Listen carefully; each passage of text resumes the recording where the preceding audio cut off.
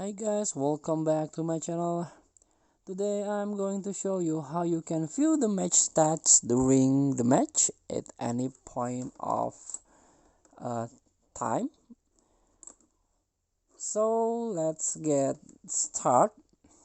This is the manager mode match.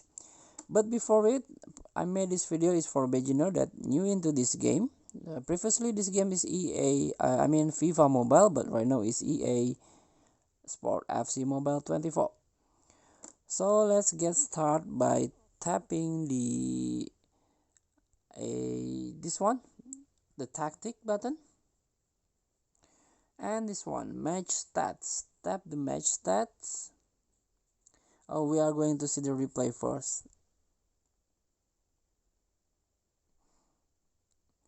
Yeah, get back to the match. This one, tap the match stats. So in this match stats, you can see shoot, on goal, and how many percent possession your team, passing accuracy, falls, and the offsides, and also there are goal history here, and you can get back to the match and you can see the match stats at any point during the match. So thank you for watching. Don't forget to comment, like, and subscribe, and okay, thanks button below. Enjoy the game.